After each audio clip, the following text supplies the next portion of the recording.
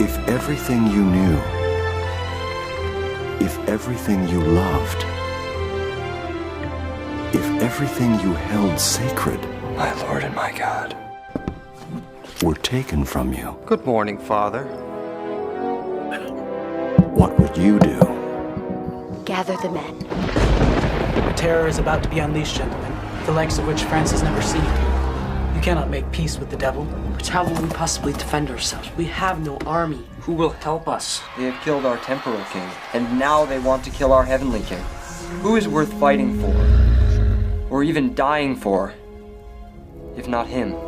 My sons, the martyrs of old did not die expecting a fleeting victory in this world. They sacrificed their lives, hoping only for eternal victory in the next. Are you willing to do the same? The banners of the king go forth. The mystery of the cross shines, by which life bore death, and by dying gave us life. For God and King!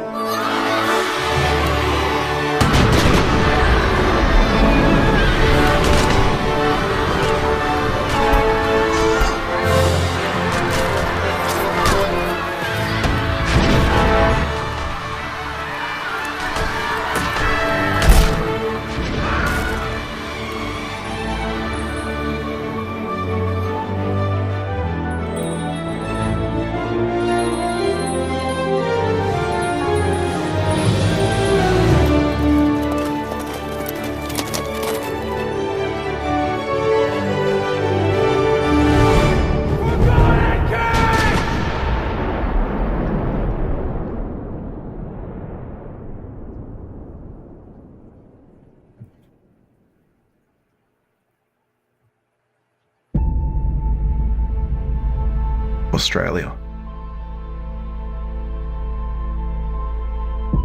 where the weakness of one nation is bent to the will of another, in a time where the pride of man shuns God in his vain pursuit of personal interest. It is in times such as these that everything changes.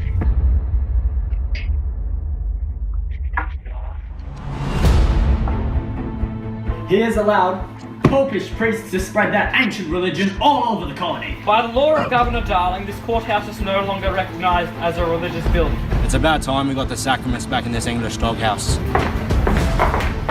Mass is forbidden here. There's got to be another way. Where are you going? I'm gonna stop them. But we can't fight. We'll be bushrangers. Do you know what that means? Police looking for us, prices on our heads. It is our last chance. Move into cover! Mark my words, Major. Haul me up by the gallows and strike me down from God's green earth.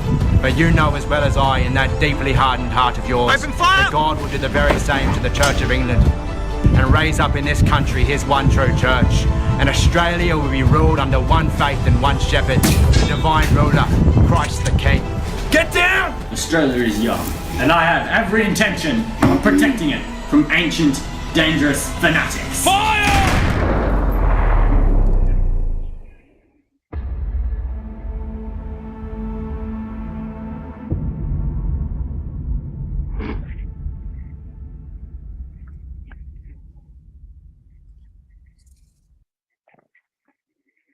The last to go will see the first three go before her.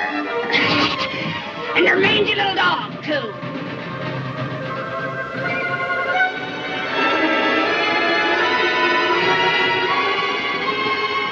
How about a little fire, Scarecrow? It's burning! Go through that water! You cursed brat! Look what you've done! I'm melting! Melting! Oh, what a world! What a world! Who would have thought a good little girl like you could destroy my beautiful wickedness? Ah, look out! Look out! I'm going!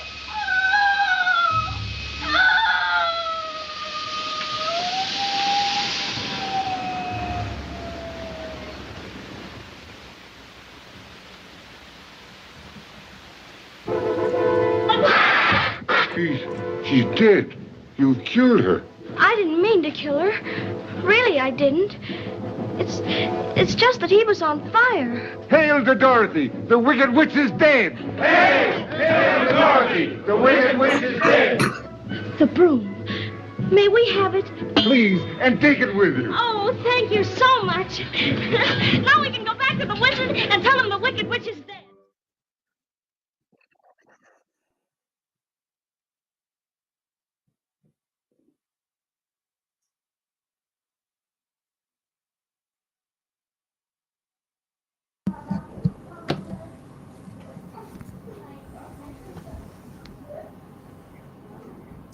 There we go. Now I'm there. Whoa. Okay, unmuted. Yeah, you know what? I still have not mastered this intro. One of these days we're going to get the intro down, and I'll tell you what I had written up for tonight. So basically, this is going to kick off the show. Hollywood's dying with persistent box office bombs, and society turned its collective backs on liberal woke culture. What's going to fill the void? And more importantly, what can we ask Catholics to do to help fill it?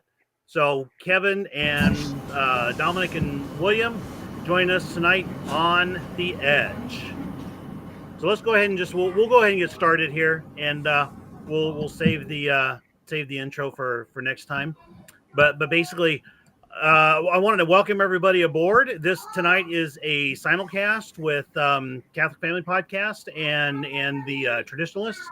And we wanted to basically we made the split, and Kevin maybe can talk about this a little bit, but we made the split between Catholic Family Podcast and the Traditionalists, so we could move our more political content off somewhere else. We had a lot of people that just didn't really like the political content there, and wanted to have the ability to be a little bit more free with it. But I think that as we have topics like tonight, where we're talking about culture and society, perhaps the church, things like that, we will try simulcast on both platforms and reach as many people as we can. So we want to welcome everybody tonight, whether you're on Twitter or X or Catholic Family Podcast or the Traditionalists. And tonight we're going to talk about Hollywood dying, and I think a favorite topic for a couple of you guys, and basically the culture wars and what comes next. So do we want to do a quick round of introductions here? I think everybody kind of knows us by now, but let's go ahead and maybe around the horn. Yeah, okay, I'll start. I'm Kevin. It's 2 a.m. for me, so I'm recording in Germany. So good morning, everyone. Yeah, I'm the founder of these channels, co-founder at least. And yeah, I live in Germany with my wife and 3 kids, who hopefully I don't wake up as I do a podcast, because then I will no longer. I'll be a former podcaster. Minor details. Yeah. Dominic. I am Dominic Davis. I am a traditional Catholic, and the one that's kind of on the edge that tend to take a little bit more of an extreme kind of tinfoil hat view. And I'm excited to talk about what we're doing tonight, but I got to say, I am absolutely illiterate when it comes to the social stuff. So I'm socially retarded. So I'm probably going to take a little bit of a background or kind of a step back a little bit on this particular subject, just because I literally don't know much about it. I'm so unplugged from this stuff that, yeah, I think William, on the other hand, is well, a little bit more to say. Yeah, avid enjoyer of criticizing all things Hollywood and modern entertainment and media in general. So that's a passion topic for me. And otherwise, a proud owner of a cold at the moment. So I might sound a little bit stuffy here and there, but I hope everyone will bear with it. Okay, very good. Well, what we like to do sometimes is I'm going to start with, if I can do this screen share correctly, I'd like to start with a little piece on why Hollywood is dying. This is about a 3-minute piece, and I think that it's well worth a few minutes just to kind of go through. Hollywood, the once unofficial ambassador of American culture, now on the verge of dying. Now, that may sound a bit extreme, but when you look at the numbers, it certainly appears that there is a crisis brewing in Southern California. And while some may blame an unspecified virus that emerged from an unspecified location, I'd argue there's actually a much bigger reason why Hollywood is struggling. And struggling is even being generous. Consider this. Box office bombs have skyrocketed in recent years. Since 2020, at least 22 movies have collectively lost between $2.3 and $2.5 billion. And not only are box office bombs losing more money than ever before, but there's also a lot more of them. Of the top 100 movies of all time that lost the most money, almost half were made just in the previous 10 years. And that's after adjusting for inflation. By almost every metric, Hollywood is falling apart. Theater attendance is down by nearly 50% from 2018 to 2022. Theaters like Cinemark, AMC, and Regal are on the verge of collapse, with the latter's parent company declaring Chapter 11 bankruptcy in September 2022. Studios like Paramount and Universal are releasing fewer movies, and for those that do get released, the last 3 years have seen some of the worst box office performances in over 20 years. And it's not just movie goers, the stock market has also turned on Tinseltown. Entertainment giants like Warner Brothers and Netflix have lost hundreds of billions of dollars in just 1 year. Job cuts are starting to pile up. Disney alone is slashing 7,000 jobs to try and stem the company's growing losses. And even streaming is on the decline. Disney Plus lost over 2.4 million subscribers and more than $1 billion in a single quarter. These trends have translated into a full-blown crisis for Hollywood. So, why are things coming apart so quickly? Decades ago, people used to look up to movie stars like John Wayne as role models. Great storytelling created generations of fans for sagas like Star Wars. And Hollywood seemed genuinely proud of certain fundamental American values like truth, justice, and the American way. But now, Hollywood regularly trashes not just American culture, but Americans themselves. It attacks and ridicules its paying customers, all while destroying the heroes and stories that many of us grew up cherishing. The very concept of the movie star is also gone, replaced by a new generation of ideologically driven, virtue-signaling moralizers who think it's their job to tell people what to think, all while insulting them as much as they possibly can. Is it really any surprise that theater audiences have collapsed 50% at the same time that Hollywood alienates about 50% of society? Because for years, people have been trying to signal that Hollywood has lost touch. And long before COVID, they were voting with their time and stopped paying attention. But now, they're voting with their money as well. Because perhaps the biggest lesson Hollywood has forgotten is that in a free market, it's the people that tell you what they like, not the other way around. All right, so good video. Okay, but good place to start there. Hang on. Now I got to turn this thing off. I think it's off for us. One of the things in that video that really struck me was the reference to Star Wars and Indiana Jones. That, I mean, to me was like one of the greatest film franchises ever. I mean, you have John Williams doing the music, and it's manly, it's good storytelling, and then Disney took it over and just turned it to absolute garbage. Oh, yeah. And just absolute terrible stuff. And there's an effort going on right now. Oh, go ahead, Kevin. No, I was just going to say, I think it's interesting because when you look at it, it's not just the message, as I'm sure William will probably talk about too, they're trying to promote their agenda. It's also that there's no talent. That it's really pretty bizarre that they're not talented people anymore in Hollywood, and so they always have to go back to remakes and whatnot. And I think that's a fascinating part of the whole story, that it's not just because they're woke, it's also because they're just not very good at what they do. There are very few talented people left in Hollywood. Yeah, I saw a graph, or I might be getting some of these numbers wrong, but it was something like 2 of last year's major releases, or maybe 5 of last year's major releases out of multiples of dozens, were actually original IPs. They weren't either remakes, sequels, prequels, threequels, midquels, or any other quel you can think of. Yeah. No originality. Absolutely right. No originality. Yeah. And they're really, I think, like the guy had said, that they're kind of the living embodiment of go woke, go broke, and I think that they have to a large degree. Now I'm on that go woke a little bit. I think that even if you look back maybe 20 years or so, you look at Star Wars, you look at some of the early Marvel movies, they still basically tied into the moral law, long-standing, permanent types of themes. I don't even want to say Christian type values, but at Well, least the good kind of versus values, evil. good versus evil, right? If nothing else, yeah. Yeah, or man versus circumstance. I'm a big believer that those are the two quality storylines are good versus evil or man versus circumstance, and I tend to like man versus circumstance Well, better. I could also make a case for romance. That be universally accepted. I know I'll get a lot of hate for that. Evil versus evil, right? But evil. yeah, definitely. Okay, I rescind that statement. That is good versus evil on a fundamental level.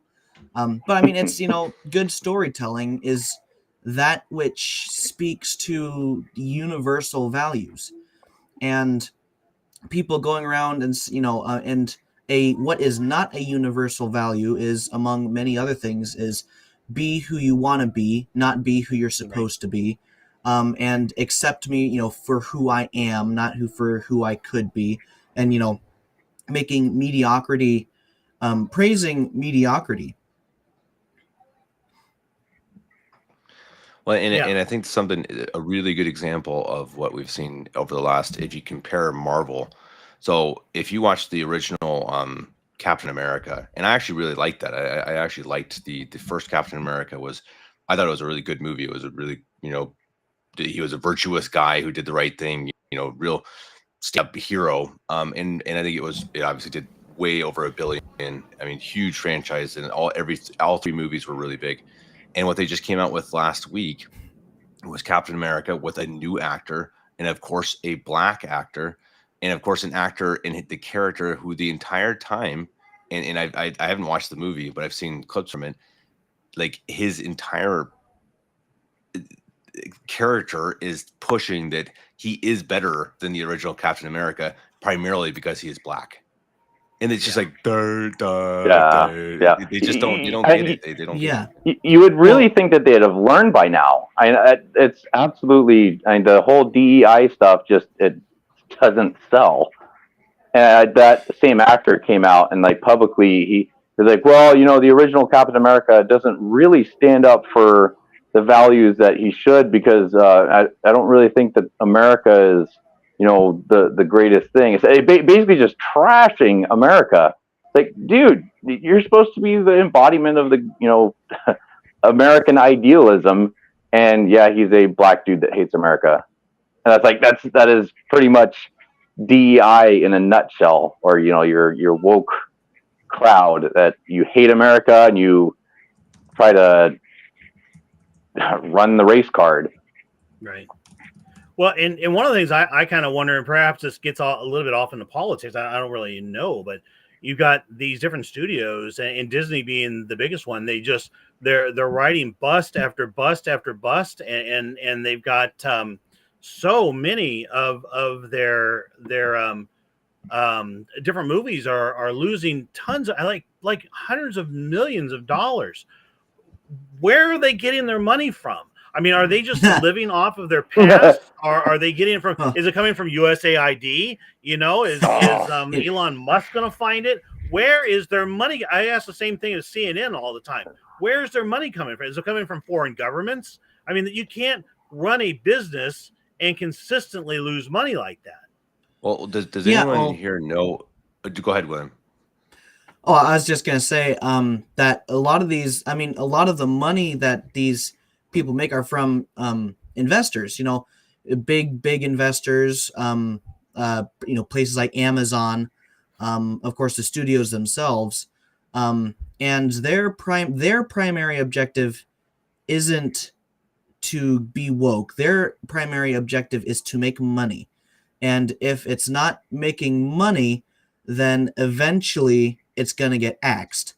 And we're already seeing that happen quite a lot from certain certain studios, but also just the I don't know. I don't think it'd be far fetched to say that a lot of the money that Hollywood's coming up with is somehow derived from our tax dollars, because if USAID is giving money to Sesame Street in Iraq, then why on earth isn't that same or a counterpart deep state agency giving the same money to propagandize our own citizens? Oh, absolutely. Well, yeah, and there is a in the CIA building there is a department of liaison to Hollywood. So it's like, well, yeah, the CIA is directly. I mean, you put on a tinfoil hat and go as far as you want with it, but there is a direct line between the CIA and the Hollywood mess that we see. But that's not even a tinfoil hat. That's Operation Mockingbird, which is public. So that was back, I think it was in the 1950s and 60s that the CIA literally, I mean, it actually did put its people into Hollywood to make it so that Hollywood was producing films that the government at the time, or I should say the CIA, was wanting them to make. I think this was also around the time of Kennedy. So again, it's one of those crazy things that when Kennedy was killed, which I think he was killed by the CIA. I hope we learn a little bit more about that soon. Different time for a different podcast for a different time. But I think that it was one of those things that he saw. It's not the biggest thing, but I think he saw the deep darkness of what they were doing was really trying to infiltrate society as a whole as the CIA. And he's like, this can't happen. And it's probably part of why he got shot. Yeah, I mean, the whole, I don't know, speak truth to power or whatever, however that saying goes. Yeah, the nail that sticks up gets hammered down. I doubt that Kennedy was killed over Hollywood. Not just for Hollywood. But I'm sure there are many different reasons. But I mean, it goes. I mean, ever since then, and increasingly so, Hollywood has, definitely become more propagandized. I think there was a time when Hollywood was more innocent and less, it wasn't woke. It wasn't. You look at you look back at the 1950s, and you had the you had the Legion of Decency with the Catholic, and look at the portrayal of priests back in there, and almost, I mean, a lot of your big actors played a priest at some point. Bing Crosby. I'm trying to think of some of the others who Barry Fitzgerald, Spencer Tracy, right? Yeah. And I mean, you had so many, but the portrayal of the church even at that point was very, very good. It was not until the 60s and 70s when the wheels started coming off of Vatican II, off of American culture, off the baby boomers, off of everything else like that really we started to turn. And I think you guys are right that we basically have become the authors of our own destruction through these dark money forces that take our money and basically funnel them back in to our own destruction.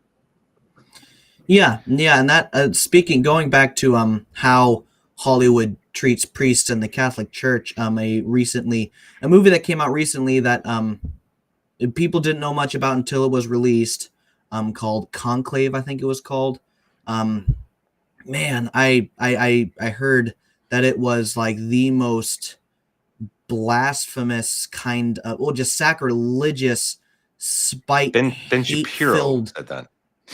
Ben Shapiro said that. Whoa. Ben Shapiro came out and think, this is totally a joke, and like even if you're not Catholic, you have to really this is like the worst movie I've ever seen about telling people what Catholics are and stuff. But no, it was actually pretty interesting. He really did say that it was shockingly anti-Catholic from Ben Shapiro, who is shockingly anti-Catholic. So fitting. Yeah. Seriously, that boy. But I mean, but I don't. I actually wonder if it. I don't know actually if it was successful or not. That would be an interesting thing to look up. I can't imagine. But it is. I don't think so. I mean, but I think again, it always comes back to me too, the question of they're also talentless. I think that's so interesting how they try to recreate things. So there was another one that Ian and I watched a couple years ago called Persuasion. So it's one of the Jane Austen adaptations. It's a really good story, and the story is about a girl who's really, really kind. Let's just say I'm not going to go into the story, but the main part of her character is she's extremely kind and nice. And so they did a remake, and she's this horrible drunkard, mean, nasty character. And so what they do is they're just taking, you know, their own agendas. It's like the wine moms making a movie and just literally slapping on the names of characters. Like, yeah, this is Jane Austen's story. You know, it literally was. I mean, if you go in and you actually change the characters from the base version of what they were, obviously you're just, you know, trying to make money and yeah, just push your own agenda, which is ridiculous. Yeah, and that brings us really nicely to Rings of Power via Amazon. That has not gotten, the second season has not gotten nearly enough hate, in my opinion. Although it was pretty much just forgotten about, which is also fine by me. You know, no news is good news, I guess. But man, they had, you know, if you had an honest, an honest studio trying to actually portray a strong female, Galadriel is like the perfect role model in fiction to go off of. I mean, Lady of Light, you know, perfect, you know, feminine virtues, and the strength of that. But no. What they did, they turned her into a total Mary Feminist. Sue killing Yeah. trolls and Feminist. warrior, you know, girl boss, and everyone hated it. I mean, anyone who had any kind of love or appreciation for Tolkien did. Right. And I think, you know, I would say, okay, so here we are today, 2025, and I think really the jig is up to a large degree. I mean, people are on to Hollywood. They're rejecting the woke message. They don't come out, you know, they'll come out for movies with traditional values, but we're not falling for the woke garbage anymore.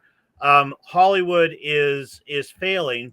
They don't really seem to be getting the message. I mean, just like Democrat Party has lost so much power and is not figuring out what they need to do to turn things around. I don't know that Hollywood really is either. And so now we're at the point where, okay, we may be moving forward with a culture for the first time in my life, first time for sure in you guys' life, with a culture that is kind of Hollywoodless, you know? And Yeah. So what does that, you know, and kind of really the bulk of the discussion that I wanted to have tonight was, what does that mean?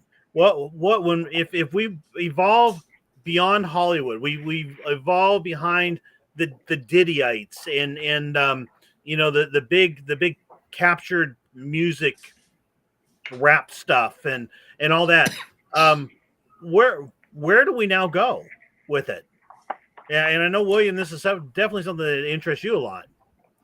Well, I mean, there's I could go deep down the rabbit hole that might get me shunned and ostracized, but I mean, less deep down the rabbit hole is definitely, I mean, YouTube. What we're on right now. I mean, the fact that we are here right now is a very, very small facet of the fact that Hollywood and Western entertainment as a whole has failed. And because it has failed, you know, it left a power vacuum, and places like X and Twitter, X and YouTube, and even Instagram and TikTok have taken its place, and that's where most people of my generation go for their entertainment. I mean, I don't watch Western movies. I don't watch Hollywood. Most news I get from it is from YouTube video breakdowns or YouTube, you know, people spouting to me, you know, why this was garbage and why this was even more garbage. So I mean, I think that goes to with a lot of Gen Z and even more Gen Alpha, is that Hollywood just doesn't have the pull that it did even a decade ago. Yeah. No. Yeah. I think that's absolutely right, and I think that it's funny because the one of the top, maybe the top critic is, he was pulling in, so he was critiquing the Star Wars show one of the new Star Wars shows, which is terrible. And his critiques were getting more views by a lot more views than the actual show. And I think that's pretty interesting. I can't really recommend them, unfortunately, because most of them are they can be pretty raunchy, but it's interesting because I like to watch them because, and as William said, it's funny because I don't even watch these movies, but I think it's interesting because at what is wrong with society and kind of how it's healing. I think that the newer generations, as William said, they actually what they most want is for people to be genuine, to be real. They want actual content. And you know what? I think I know people plug your ears, some of you people listening, but I think part of that is Donald Trump. I think Trump brought in an era of people being like, wow, this is kind of nice when someone just kind of says what he thinks, you know? He's not this, kind of slimy, smarmy politician. He's just like, and sometimes he says really stupid things. But I think people like, hey, I would actually kind of rather someone who says stupid things, but is himself. And I think that that's really changed culture a lot. Yeah. And that's another name. Another name we like to call out here, and I think we've done it once or twice on the show already, is Joe Rogan. And here's a guy who uses way too many F words for me to want to listen to him much. And he's kind of an idiot too. Yeah, and he's not very intelligent. He's the first guy who'll tell you. I mean, I think he got his start as a color commentator on like UFC or something like that. So yeah, I mean, he'll tell you he's not that intelligent, but he's inquisitive. He's intellectually honest. He asks good questions. He interviews well, and he's become the top name in the podcasting world, almost in the entertainment world right now. And it's because he's authentic. Yeah. And also, I mean, it's also very thought-provoking. It's so much, I think a lot of people, if they do watch Joe Rogan, don't necessarily watch it for Joe Rogan, but for whoever he's interviewing, Elon Musk, Donald Trump, whoever it is. Because it gets your mind turning. It's interactive. Mm-hmm. It gets the viewer involved, thinking about these, different concepts, different things, different things about society. And that's not something I heard this like from a TED talk or something, but what people don't want 4. People want 2 + 2. They don't want to be spoon-fed the answer. They want to be given the keys to solving the puzzle. They want to find the answer for themselves. And that's something that that Hollywood has just, they've not only given it up, they have completely gone against that grain. It's like, no, we are going to tell you what to think. We are going to tell you how to think.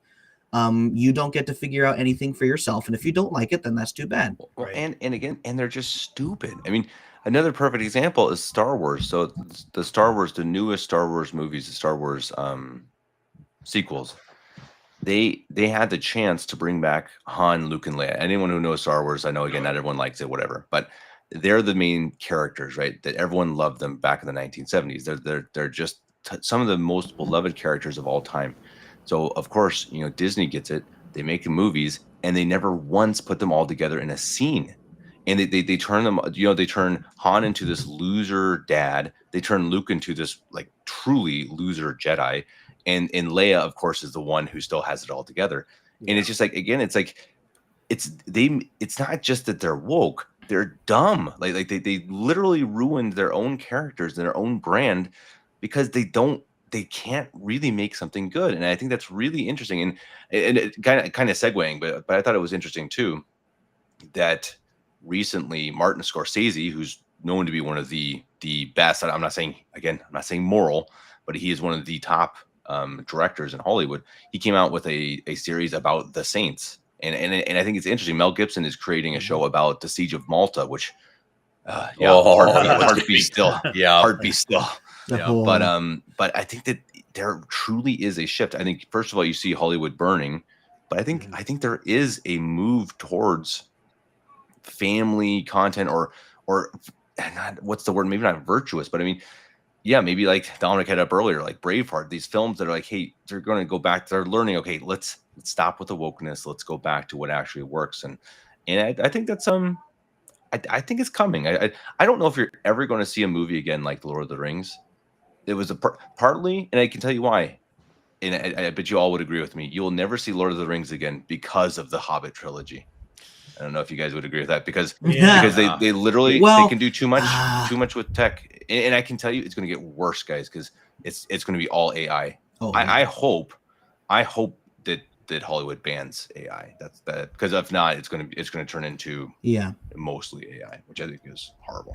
But still, I've got to say that the Avengers and some of these movies of late in the big blockbusters have really kind of taken AI almost as far as they can take it, because in the sense that you watch, there's some AI that you watch that you can't tell whether it's realistic or not. Okay, well, that's the end point of AI. Once they get there, I guess they can try to go beyond nature or beyond reality or whatever. But basically that's it. And once you get there, then they've got to tell stories. And if they're not telling stories, it doesn't matter how good the AI is. They're gonna, and AI was one of the interesting things. At least I was talking about this the other night, that AI can't. AI will probably never really understand humor, right? And AI probably will never really understand good storytelling in terms of what really gets into our souls. And so, AI has its place, but really, if you think about where we were with AI back with Steven Spielberg and Jurassic Park, that I don't know that we've come that far even since then, but I don't know that there's that much farther to go. Yeah, you compare some of the modern movies that have come out that have like a $3 billion budget that they just blow through, and it's not as good as Jurassic Park. Like it's garbage. Right. That's my point. Lord of the Rings or The Hobbit. It totally changed because of the tech. I do have a soft spot for The Hobbit, but that's not due to the quality of the movies. But yeah, I mean, and regarding Jurassic Park, each movie got worse. It did. Quality wise of the actual the animatronics or the special effects got worse and worse as they progressed until we just had, this last one, Jurassic World, what is it? Dominion, Wakanda Forever, whatever it is. Yeah. It's like it was just CGI sludge with no soul. Right. The dinosaurs, at least. I think that there's actually there's a financial reason behind that. You see, that's why you have Shrek 8 or whatever they're on right now, where they'll build a brand, and then they'll take that brand and say, okay, we're just going to recreate this, and we're going to do it cheaper because people are going to go to the movies, they're going to watch it. We're just going to do it cheaper, so we're going to put less money into the production, and we might get 75% out, but if we're putting 50% in, that's good profit. So and that's what's interesting right now. Do you know what movies right now are succeeding? There's two genres. This is really interesting: cartoons and horror, and by a lot in grossing. And it's because, exactly as Dominic says, it's because horror movies, you typically only need, it's very low budget. You need a couple actors, and you need a knife and blood and guts, and I think that they're learning that, again, this is what's happened. You had the big, huge Marvel, Disney, they were spending $500 million, and I think now they've it just doesn't work anymore. I think that the big blockbusters don't exist at the moment. I'm curious if they ever will again. But I think, again, that should be a good thing, because I think what's going to happen is it's going to cut the meat. You're going to have, or cut the fat. You're going to have a lot of things are just never going to be made, which is actually already started to happen. I'm sure William probably listens to these shows, but a lot of these shows and movies just get canceled because they're so bad. I think that's going to happen. Yeah. And I hope that they're going to learn that, okay, we just need to go back into good storytelling. And so they actually need to, rather than just make these, big flashy Captain America movies, they need to make just good stories. Yeah, I think that Hollywood got Marvel syndrome, where you started out, Marvel started out pretty good. Captain America, the first Thor, there were some movies that were, because they had good character developments. They had character arcs. It was about the people in the movie, not the circumstances of the movie. And as Marvel progressed and got bigger and bigger and bigger and had more and more people, it suddenly, okay, now it's not just, this guy's life is in danger. Now it's the country's in danger. Now it's the world is in danger. Now it's the universe is in danger. Now it's the multiverse is in danger. And it's not, they spend less and less time focusing on characters. Right. Why should I care about so-and-so if you've given me no reason to care about them other than saying, oh, this made-up world is about to not exist if this doesn't work? It's like, I don't care. You've given me no reason to care. They've just made things. This comment here said it really well. The ooh and ah factor replaced storytelling and character development, and that's why you see a lot of people turning to Eastern entertainment, because while there are certainly problems with Eastern entertainment, they aren't, by and large, they aren't woke, and they still have those. They still try to portray those universal messages that Hollywood just doesn't give a fig about anymore. I think that's why I'm sure talk about. A little bit back. Like, I don't really condone anime by any means, just as a genre, because there's a lot of bad stuff in it. But you go to like Studio Ghibli, and they have some of the best storytelling, and it's so hands and feet above what the garbage that Hollywood's been showing us for so long. Just at strictly storytelling, and it's just better content. And then, like you said, William, it's a lot more back to your traditional. You got good versus evil and character development, where you learn to love a character. You go to like Braveheart. Braveheart, one of the greatest movies ever made, in my opinion.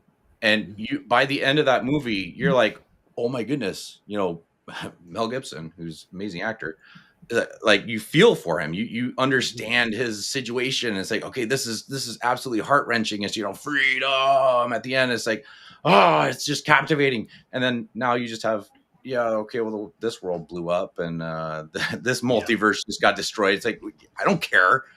Like you're saying, William, it's like there's no attachment to any characters in modern day Hollywood. But there have been, I would argue that there have been a handful of movies, and maybe only over the last 4 or 5 years, maybe only 1 or 2 a year that have had good character development. But and I was going to ask William. Where'd he go? Let's see if he comes back on. He dropped off. There he is. So Godzilla -1. Did you ever watch Godzilla -1?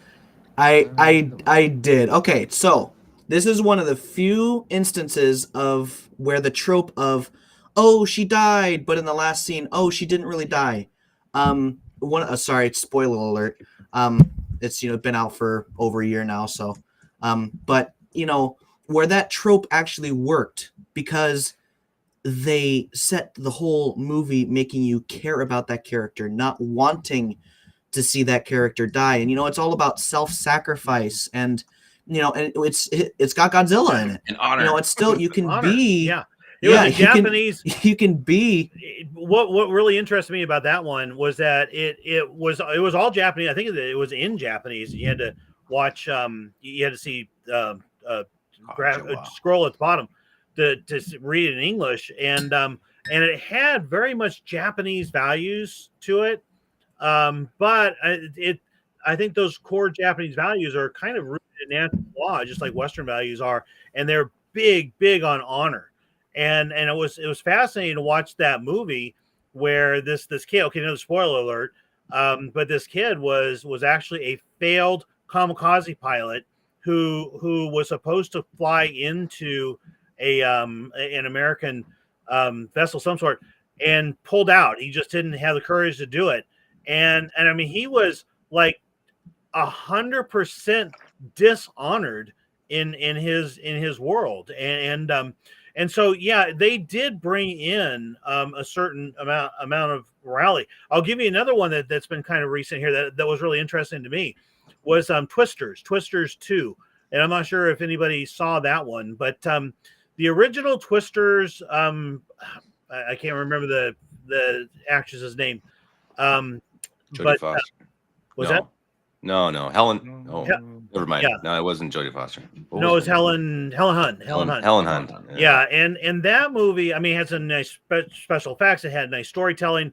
It had some good stuff, but it had this theme of divorce going all the way through it, and so it kind of, I don't know if it glorified it, but it was just a sticky part of it was just the complexity of the movie and all that. Well, you had one more recently that was Twisters, and all the young people were single. They were all chaste. They were all good with each other, and everything from a moral standpoint was just kind of spot on. And then the movie again was, I thought, good storytelling. Well, and the man was a man, and the woman was was feminine, right? And it was just good storytelling, and it was not woke. And it was like watching that was like a breath of fresh air. It's like, wait, when are they going to add this this character that's just disgusting that completely ruins the movie? I think you see that in like any of the new your Netflix specials or whatever. It's like, okay, you're just waiting with the remote. It's like, okay, all right, when are they going to bring in the character? When are they going to do it? Yeah, because they're going to do it, and they always do it. And to watch something that does not have that, it's like, oh my goodness, this is so fresh. It's so good. But tell me, that has to be the CIA or whoever you want to call it. And I think that's a great example that Dad used with the divorce, because if you watch movies from the 1990s, so a good example is You've Got Mail. And that's one that I have fond memories of, the music, the soundtrack, and everything. But as Dad said, the entire premise is based around divorce and remarriage and weird marriages, and there's a ton of these movies back in the day that was always in it. It was always about divorce. It was always bashing the sanctity of marriage. Right. And if you watch the original You've Got Mail, so it was based on a story back in the 1940s, The Shop Around the Corner, and it's awesome. It's so, if anyone hasn't seen it, that's a great movie. It's one of our favorite movies. We watch that every Christmas time. It's a great Shop Around the Corner. I think you can even find it on YouTube. And it's obviously not that. You have none of this nonsense with remarriage and divorce and whatnot, and it's just okay. I guess the topic comes up, but it's a bad thing. It's negative. It's a negative part of the story. And I just think that is something that's been pushed. And that's the crazy thing about Hollywood, is that I do think there are actual agendas that are being pushed. And as Dominic said, I think it's exactly, you see it right now. You see it in every show. You're going to have someone who's gay or whatever. Yeah. Always. And that can't be an accident. It's not that. I can tell you pretty much firsthand how this came to be. And this was not just, Hollywood's probably the biggest victim of it. But this is corporate America, it's government, it's everywhere. You had these homosexual groups that or woke groups. I mean, I think that the gays were probably on the forefront of it, but there were other woke groups. And what they would do is they would send little groups of 4 and 5 of them, and they would send them to talk to CEOs. They would talk to them, whoever they could get way up the chain. And they would basically just say, hey, we're here and we've got a cause and we would like something out of you. And it's going to be something small, maybe just a little recognition of Pride Month in June, or just a little something like that. And if you do what we say, then everything's great. If you don't, then we're going to destroy you, basically, and make you anti-woke and put you on, cancel you more or less. And they were extremely successful doing that. And they did it incrementally, little by little by little, and they'd come at you every year. And that's a lot of how they did it. And so I guarantee that they were infiltrated. They were basically saturated into the producers and the directors and the screenwriters and all them, and basically said, yeah, you either do our bidding and we're not going to make it horrible, or you do our bidding or we'll destroy you. And I think that's how they got, to where they got. Yeah. And that is quite literally what DEI is all about. It is, you will involve all of these minorities or, oppressed minority groups, or you will not get funded. Right. Or you will get, lambasted by the media. And that's, and that I wonder, is that a symptom or a cause of all the trash that has come out of Hollywood in particular, but it goes far beyond that. Gaming, every facet of it's a cancer. media. It's a cancer that kind of feeds on itself and just grows and grows. But now, okay, so here's the challenge that I would put to you guys. As of today, oh yeah, Princess Bride. Yeah, you know what? Great storytelling. Yep. Yeah, great story. Oh yeah, most exquisitely produced or directed movie of all time in my opinion. Just a great movie. So much book though. Weird. What's that? Book is a weird. Yeah, if you've ever read the book, it's just a weird. It's weirdly put together. Yeah. But okay, so as of today, Donald Trump's last and perhaps most controversial appointee, Kash Patel, was approved for the FBI director, and so now Trump has his entire team in place, and now they can't go directly at culture, right? They can't sit down with Hollywood and say, okay, you will make moral films. That's not the way it works. But they can go after they can go after all of these funding mechanisms that have helped to drive this cancer forward, and they can cut off their funding. There's step one. And I think that's kind of the era that we're heading into here. Well, I think step two is going to be you put the flashlight on the evils of Harvey Weinstein, Jeffrey Epstein, Diddy, and then you start naming Tom Hanks. You start naming LeBron James, like all these people that everyone has looked up to in society as being, they're kind of my heroes. And you actually show them what they've done and then bring legal prosecution against them. That is going to burn Hollywood down to the ground, like immediately. And it's going to be, people will hang these people on the streets and the public, I mean, possibly, maybe, I'm not calling for violence, but the public opinion on Hollywood and the evils of the last 20 years are going to be 100% in people's faces. And I think that Kash Patel is going to be one of the guys that does it. He goes through and is like, okay, all right, we're going to release the Diddy files. We're going to release the Epstein client list, and you're going to see all these people on there, and it's going to blow people's minds. Like, wait, they're part of this stuff. Mm-hmm. And the movies that we've been watching, that we've glorified these people on for so long, it's just, they're terrible, terrible people. Well, I think that is what's going to start kind of the reversal of back to kind of what's going on right now in Eastern entertainment, where you have back to the natural storytelling and better. And like you said, with the money side of it, you kill the money, the CIA or USAID, that they're probably funding all this garbage. Well, then they literally can't make the stuff.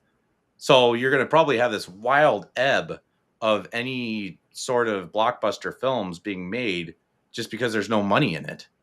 So you're going to have, your YouTube stuff and your smaller studios producing really good content. And then that good content is going to become highly sought after and watched, and there's going to be money in it. So I think that the same snowball that has brought us to this point is going to also bring us out of the point. Right.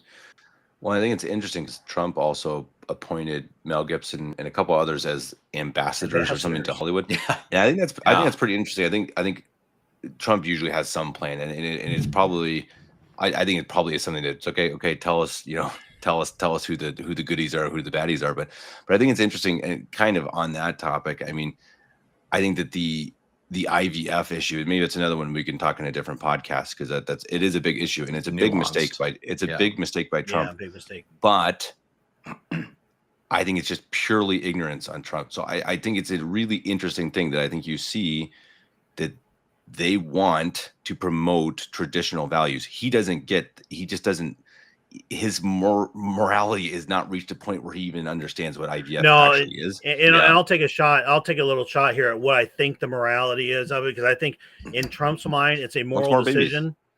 More babies. Yeah, he wants more babies, and those babies that are destroyed as part of the IVF process are not feeling pain, physical pain, and I think that's, and it's wrong. It's a terrible calculus, wrong. right? It's absolutely wrong.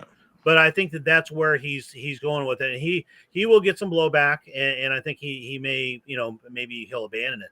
But guys, this whole Diddy list and the Epstein list, if the lead up to it was correct, this could actually come out tomorrow, literally tomorrow, because they were talking about how it was going to come out more or less the same day that Kash Patel was approved by the Senate, which was today. And the rule of thumb in business, Hollywood, anything like that, when you have bad news to give it out on a Friday, because you got the weekend to digest it all. So yeah, I mean, don't be surprised if this stuff is imminent.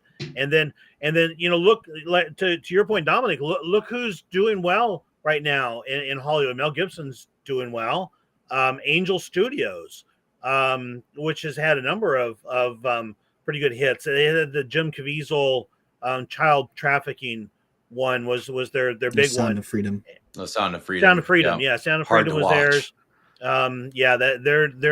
They're in charge. They took over Dry Bar Comedy, which I recommend to anybody who likes comedy but not the dirty stuff. They're Mormons and good, very good humor. I mean, the comedians aren't all Mormons, but the production company is. But anyways, yeah, there's a lot of good stuff out there, I think, getting ready to take its place, and including in our own circles, right? So we've got a number of folks that are Saturday contests that have started doing this, trying to fill this void, and Kevin, you might talk to that a little bit here before you have to go.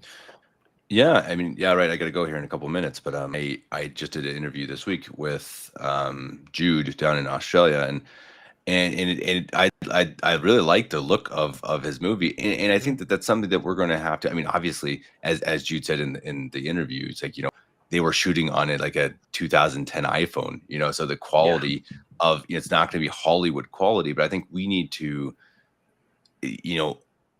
And I think, again, as we talk about this, I mean, I think people are kind of ready for that. I think people are ready to say, okay, we don't need this gloriously shot green screened movie. We want good stories. And I think now is the time. I mean, now is exactly the time to create content, and to start putting out these homemade projects that are not going to have your $1 million camera work. But if you can tell a good, convincing story, people, I think, are going to be much more interested in that. And I think that's a really optimistic thing. And I think on a higher side, you're going to see stuff like from Mel Gibson and whatnot. And I think that's also good. But I think you're totally right, Dad. I think as Hollywood burns, and it's going to burn. I mean, whatever, it's already burning. So I mean, however hard it falls, I think we're going to see, as Dominic said, it could be catastrophic how it falls. Either way, it's falling. So either way, it is collapsing. Hollywood, as we've known it for almost 100 years, is not going to really exist fairly soon. I think it's going to be replaced again by like AI and stuff. But I think exactly, it's going to open up this area for people to get in, and you just see people like Jude. You have St. Genesia's Films. I interviewed her a couple years ago. Hannah, really talented people putting their skills to make good Catholic content. As we watched at the beginning, some of these trailers. The best stories of all time are Catholic, right? Right. I mean, and there's so many. I mean, Lepanto, Malta. Oh my goodness! These are just. I mean, you could go down the line. I mean, Joan of Arc. I mean, there's so many of these stories that are just unbelievable. Cortez. Yeah. Come on! I mean, just incredible stories. And I think that it's out there to be made, and I think that people need to. I mean, hey, you never. If you're someone like Jude and you can make films and stuff. Hey, maybe Mel Gibson's going to have a film studio someday. I think that's extremely possible. And if society keeps going as it's going, I actually believe talented young Catholics could actually get jobs making movies. I think that's possible. How cool is that? Oh, absolutely. Yeah, and to the point on the stories being Catholic. I mean, obviously a big part of the Dan and Lisa Davis homestead and our day-to-day life is feast day quick takes, and Lisa does a lot of research on that, and she pulls out the story and does amazing jobs of pulling out the stories. But I'll bet at this point I think she's done a little over 100 of them, and there are 30 or 40 movies to be had just in these feast day quick takes. Oh, you go to the English Martyrs. Good grief! The quick take, not so quick take that she did on the English Martyrs was fascinating. And the guy that built all the the priest hide holes, right, brother John or something like that. I don't remember his name. Yeah, but just fascinating storytelling that honestly, I think you could probably blame the JWs in Hollywood that none of this stuff is being put to paper. None of it. I think that's another. Why are there no Crusades movies? Yeah, the first Crusade. That's an incredible movie. Why is there not a Crusade movie? Yeah. Huh? JWs, baby. I think that's where a lot. I think hopefully, God willing, with Trump, it's such a hard take that that there's kind of two different points of view on him. Is that okay? He is 100% for the JWs, or he's absolutely masterminding a plan to get rid of them. Right. And it's who knows? God too willing, early to know for sure. It's too early to know. I think it's neither, but. No, I think it's 100% one or the other. He's just playing them both. Your mother would probably say the same thing. He's playing them both. They're both groups, but I take the extreme side. That's my tinfoil hat that never goes away. I'm more with William here. I think he's pro-Israel because he sees them as a political ally. But I think he doesn't care for their finagling. I do think that I think he's like JFK. I really think, for all of his faults, Trump loves America, and he wants America to be the best version of America it can be. And I think I really think he means it. I think, like JFK was really flawed, but I think he truly loved America and truly wanted to get rid of these deep dark, people. And then obviously got killed for it. But I think though, to take the JWs out of it, I think because you're going to have this hole in filmmaking, I do think you're going to have people like Mel Gibson. Again, he's making his, the series in Malta. I'm telling you, these types of things are going to start popping up. I mean, these conservative groups are going to see there is a hole to be filled, and Gen Z, Gen Alpha, they are more conservative. Especially the men, they're just more conservative. They're going to want content that is. I'm going to tell you right now, William's generation is going to love movies about Crusades. Yeah. And I'll tell you what else they're going to love. I think we're going to see, and this is one of the projects we've wanted to take on for a long time, but realistically, it's not going to happen until after I retire. I don't know much longer that's going to be, but we want to get into a retelling of 20th and 21st century history, because, as I think anybody who is a student of history at all, is that history is written by, you guys can probably all say this, the JWs. Oh, wait. It's the winners of wars. Yeah. Anybody, when you win a war, you that's part of the spoils of war, and that you tell history according to your perspective. And so the Catholic history on things, I mean, just going all the way back to Pope St. Pius X and Our Lady of Fatima and World War I, and how Catholic, how that was basically an attack on the remaining Catholic monarchies and all that. But you got this whole rich history that's being told wrong because the winners of wars, which is not us, has been telling that. I mean, that's another one for William's generation. You're Gen Z, I assume, right? Or are you Gen Alpha? Yeah, I'm Gen Z. I'm Gen Z. Probably about Gen Alpha's got to be what, 10, 11, 2010. Yeah, something like they got to be turning about 15, 16. So I'm Gen Z. Gen Z, okay, but yeah, no, that generation is conservative, and I think not just politically conservative, but hungry for the truth. and Yeah. that's where we've got such an opportunity ahead of us. Yeah, I think that's something we might have touched on this on a different episode, but especially this is mainly about men. We might have mentioned this during our masculinity podcast. Is that because men have been hammered down so methodically for the past 50 to 100 years, even, but really for the past 50 years, we finally the straw broke the camel's back, and we want change. We don't want to see ourselves being rescued by the princess. We want to be the one rescuing the princess. We want to return to reality, how it is. Men fight wars, men win wars, and most of the military heroes that so many of these good movies we've been talking about, crusades, etc., these are fought and won by men, and that's something that we of this current generation have none of. What are modern day heroes? Who are some actual, where's our Godfrey of Bouillon? Where's our Raymond of Toulouse? Where's our Richard the Lionheart? Mm-hmm. But it's not Elon Musk or Trump. They're they might be inspiring in their own ways, but they're certainly not idols. And I think that's something that especially my generation, Gen Z, Gen Alpha, we want something to idolize. And so we're gonna have to make it ourselves. Of course this is millennials too, but we're gonna have to we want to see movies that reflect our ideals and how reality truly is. Well, I think you're seeing a strange sort of counterculture. So you go back into like the 2000s, early 2000s, and you had, your teenagers had their long black hair in front of their face and they're listening to emo music. And I think right now the counterculture is goodness.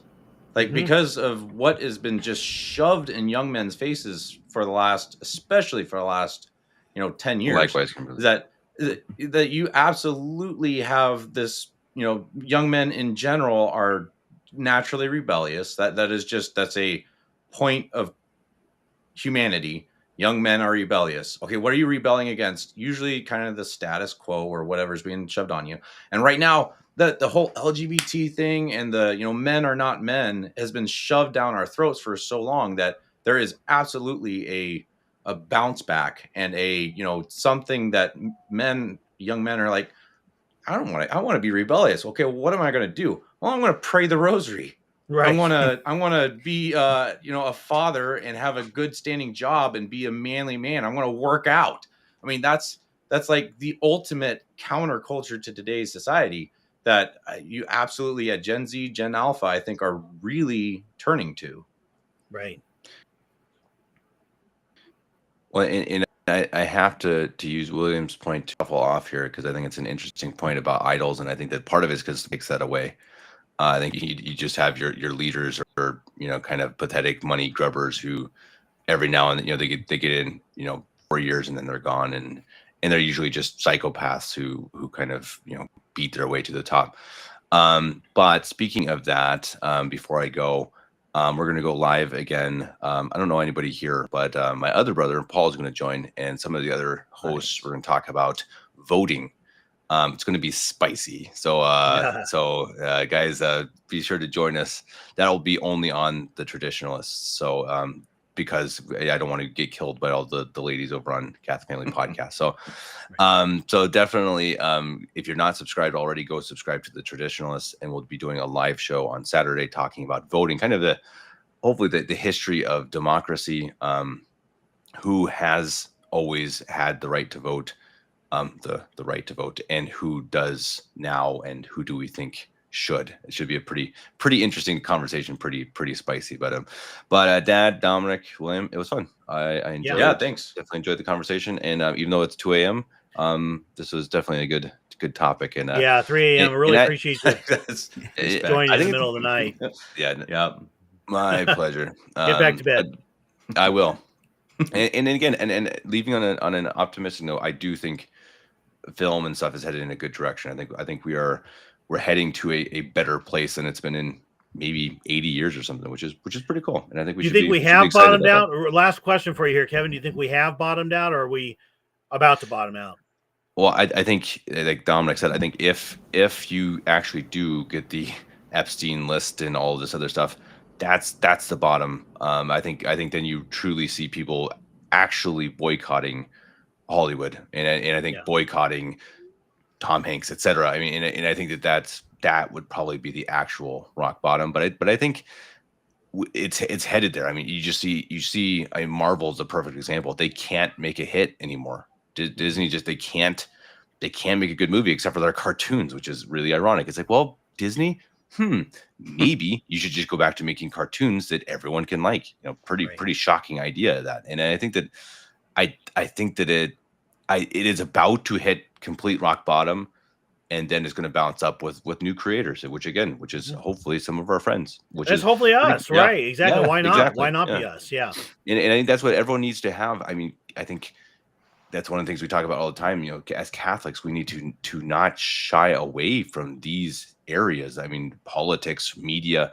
I think we need to be the ones saying, "Hey, we need to fill that hole. If I have a talent, I need to see if there is a hole that I can fill, so that we can actually provide good content and fight these battles, rather than hiding away and being the kind of oh, I'm gonna watch in my little dark corner. I'm not gonna do anything." And I think that time is over, and I think now is the time to make and to create things. And I think it's an exciting new world. So I'll leave you guys on what that. we're trying to do here. Yeah. Right.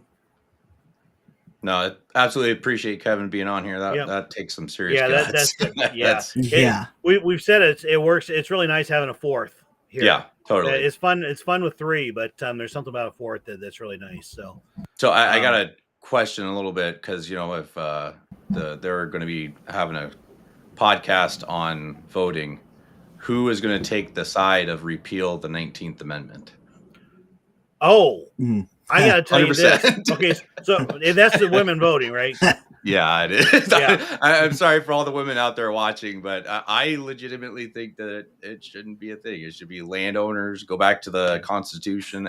Not part of this podcast, what we're dealing with today, but just a little blurb. Leading up to November, this is kind of a crazy story, Dominic. Leading up to November, we actually tried to have a debate on Catholic Family Podcast. So we're still doing a lot of politics there, and the traditionalists didn't exist yet. And we wanted to do one on the 19th Amendment, should women vote? And we reached out to all the women we could find, and not one of them said they should vote. So, So, most of the, I think, your mother would be the first in line that would say, no, women really shouldn't have, we vote with our hearts. We don't vote with our heads. We should vote as a member of a family. And I think that's their big concern, is really husband and wife should work together, and should talk through their politics and come up with the votes that are for the greater good. But it really should be the husband who casts the vote. Yeah. So that's a totally different topic. That totally different topic. Anything with Hollywood burning down. Well, actually, maybe it does. It does. I was going to say it does segue a little bit. Yeah, I was going to say the feminist movement is another part of kind of like the JW and the DEI stuff that has moved its way into this grossness. That I don't know if you saw, there's recently a scandal about Ryan Reynolds' wife, whoever she is. I think Blake she's Lively. Oh yeah, Blake Lively. Basically came on to a movie set, and the director was like, "Hey, this is what we're going to do." And she said, "No, we're going to do something different." And it was this big, huge scandal in Hollywood. And it's like, there's all sorts of bad beef going on between that. And she, of course, she went out because she's privileged. No, just right. And again, that's probably something we don't want to get into that in this podcast. The whole Me Too movement. That, I mean, really just it took the courage out of men, because pretty much just with one accusation, your career's over. You're done. Yep. But I think that also the whole the fundamental difference of men and women being different. And because of that, the difference in media. So there are movies and in games and books and whatever tailored towards women, and there's the same tailored towards men, because men and women are different, and they generally they enjoy different things. Marvel and Star Wars were more for men. They were more men's brands. They were made, Jedi and Sith and things like that were meant for men. And that's something that, especially when Disney bought Star Wars back in 2010, you saw pretty much the complete feminization of those two famous IPs. And this is endemic through all of Hollywood, is that everything that was once masculine, things like, I don't know, for example, James Bond, they turned people like, James Bond, into a complete just, coward who just wants to die.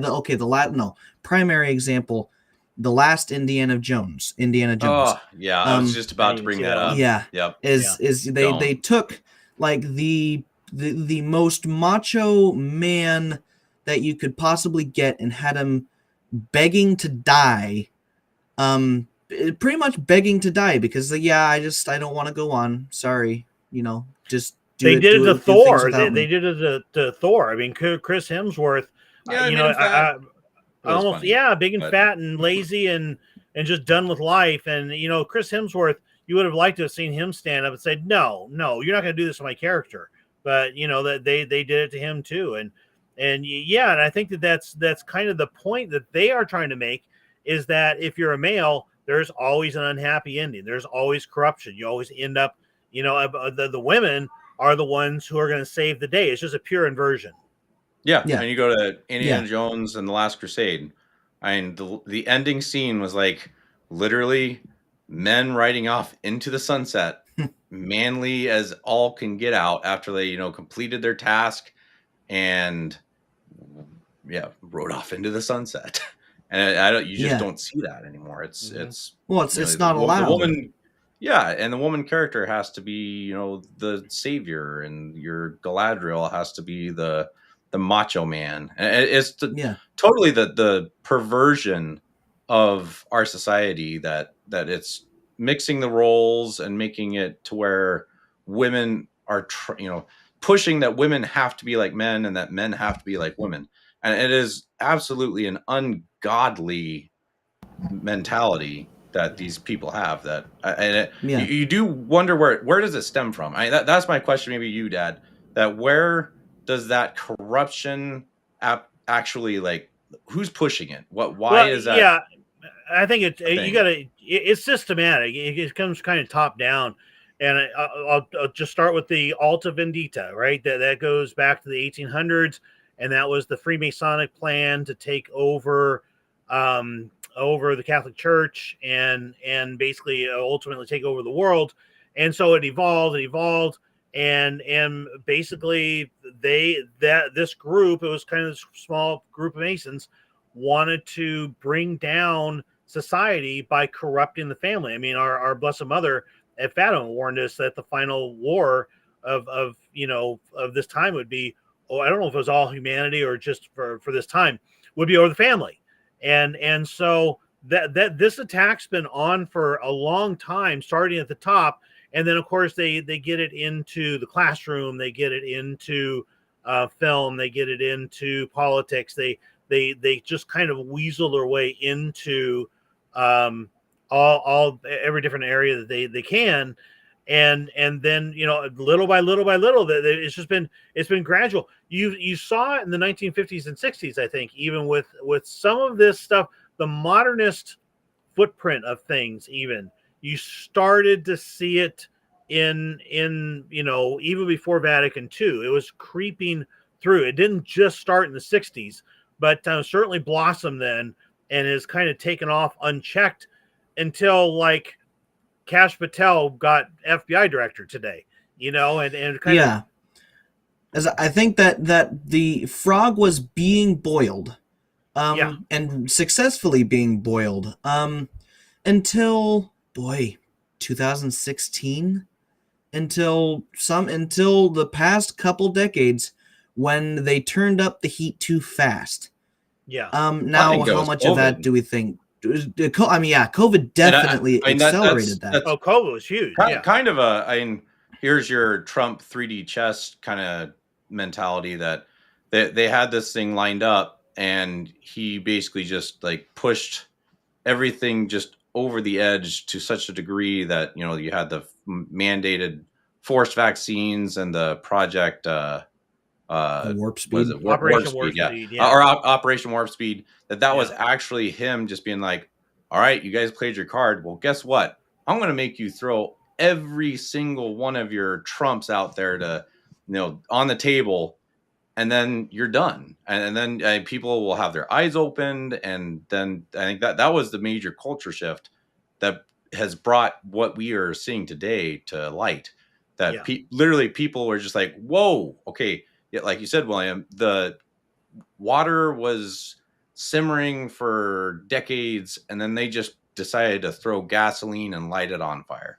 Yeah. And you had a lot, if not 50% or more of America, at least, that jumped out of the pot and it's like, whoa, no, we don't want it. We don't want this. This is not good. This is not a wholesome thing that we're witnessing. And we want to have something different. And I think that something different is not Hollywood, and it's not the JW power that we've seen, pushed on us, not the CIA doing their, Operation Mockingbird stuff.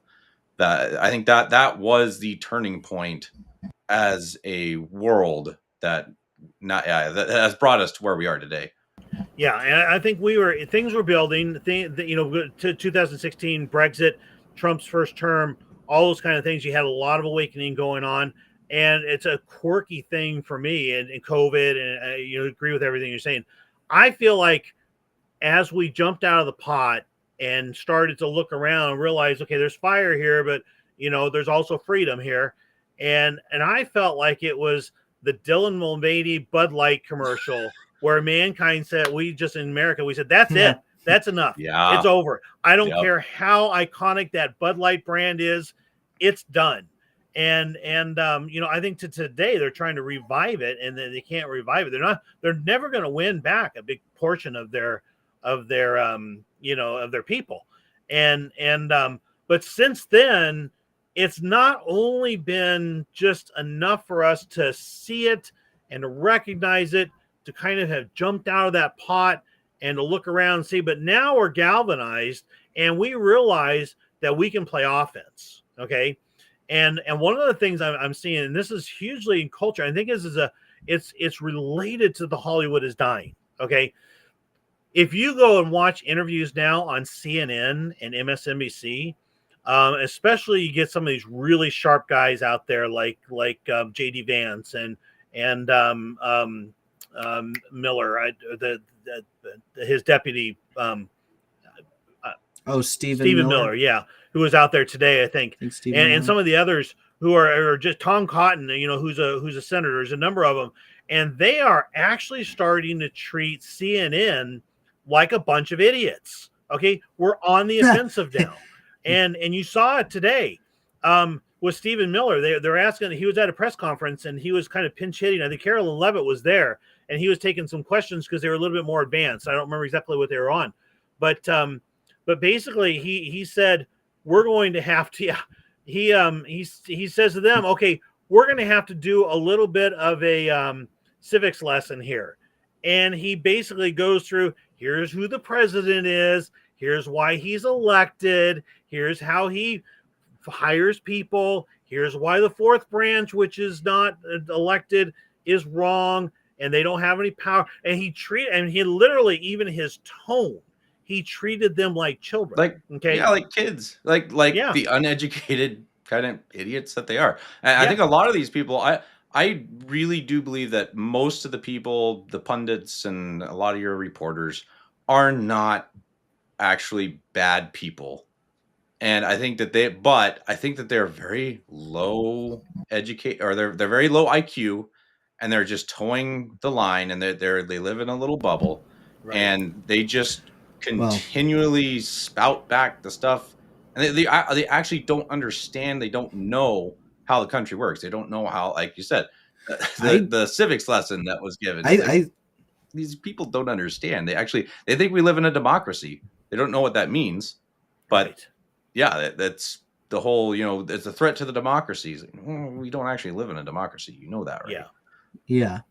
And I think that a large part of that is it's the money, whether that comes from USAID, but these absolute unlovable, unwatchable hacks like Caitlin Collins, the one with the lady with the perpetual smug. Yeah. She has an annual salary of $3 million. And you go back and watch her like 10 years ago, she was pretty much a conservative. And she pretty much just straight up got bought out. It's like, yeah, we will pay you more. We'll give you a nice cushy lifestyle. And you will say what we want you to say now. No questions asked. And that is, you get people like Anderson Cooper or, Jim Acosta, these other just absolute wastes of space, getting like $20 to $15 million. What? You know what? When their shows are getting less views than the average like Benny Johnson or Tim Pool, all of them, yeah. And this is crazy. So okay, if you ever watch any of these shows, you watch CNN, you watch MSNBC, you guys know probably full well who 70% of the commercials are from where? Big Pharma. Big Pharma, right? Yeah. And so basically, if you're CNN or you're MSNBC, you're Caitlin Collins, I forget which networks, I think she might be with CNN, wherever she's from, you're getting your money from two places. One's the government, that's drying up. Number two is Big Pharma. Well, Robert F. Kennedy just came out today and said that he's going to push Donald Trump to make Big Pharma direct advertising illegal, like it is in most other countries. In every single country except for us, except for us, and New Zealand, I think is the other one. Yeah, it's like probably Australia. Why is that? I feel like there should be a pretty good reason why every other company or country has outlawed this. Yeah, it's fascism. It's just it's classic fascism, which is where the corporate interests got so powerful that they infiltrated government, and they basically got people into positions of government to make the rules governing themselves. And that's why they've got power unchecked in America. You take that away, and CNN's going to go out of business. MSNBC, most of these. Oh my stars! The View. That's a really good one to talk. I can tell you. And I don't understand why this is a cultural phenomenon with The View, and how they stay on is a little bit amazing. But I've been to 2 or 3 different places. I had to take my car into a car dealership, and I knew it was going to take about half a day to do it. And I didn't have another ride, so I just took my work computer in and set up shop there and did some remote working. And for like 2 hours, The View was on there. It's like, oh, make it stop.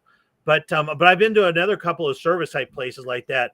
That's, I think, where most of their audience is just in doctors' offices and auto body shops and places like that are just trying to entertain people and figure out, hey, this is what we should show. But yeah, anyone who voluntarily watches The View is a masochist. They have no care for self-preservation. And I can tell you that my last thought on The View here is that there are liberals out there. I think of Jake Uger and the Young Turks, some of the others out there that are just they're liberal. Yeah, there you go. Yeah, they're liberals, but at least they try. Their mental processing is completely polluted, but at least they have some original thoughts. When you talk to Whoopi Goldberg, she's just got some. I mean, she's just an activist who has talking points being handed to her daily, and that's what she's talking about. And she's really not capable beyond that.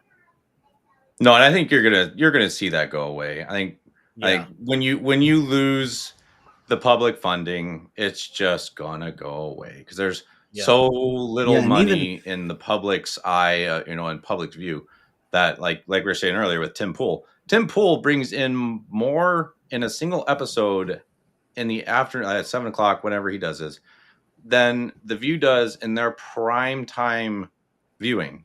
Right. And that's like, the CNNs of the world used to be like you'd have like 1.5 million or whatever views at prime viewership. A lot of people. And now it's like 10,000. It's nothing. So I think, like we were saying earlier, you lose USAID, you lose the big pharma, and it's gonna go away. They're done. And they're done. There's no funding. Even and you're already seeing that with. I mean, they some of these big hosts are getting canceled or getting fired because their salaries are too much. So you have CNN. I think they just lost another one of their. Jim Acosta is the last Jim one, Acosta. Jim Acosta. Yeah. Yep, can't afford you. Sorry. Well, I think that's going to go down to them being basically like less than a YouTube channel. Yeah. Well, what I like about Tim Pool, I mean, back to the topic of like Joe Rogan and some of those, Tim Pool and Timcast IRL, he gets some amazing guests on there, but he's got a couple of regulars. Ian's a weirdo. He's like a druggie, I think. But they get a couple of the regulars who are really, really intelligent. What I really like about them is that they'll go in, they'll have a discussion like ours here. And they're not trying to tell you, here's what to think. They're not coming up with talking points. They are actually talking through the issues and just trying to advance thought, and try to push the whole conversation forward. It's not with an agenda. And I think that's what people, the millennials and Gen Z especially, like. I like it. I like that show. We don't watch it every night, but we watch it maybe 2 or 3 times a month. And it's good stuff. Yeah, it's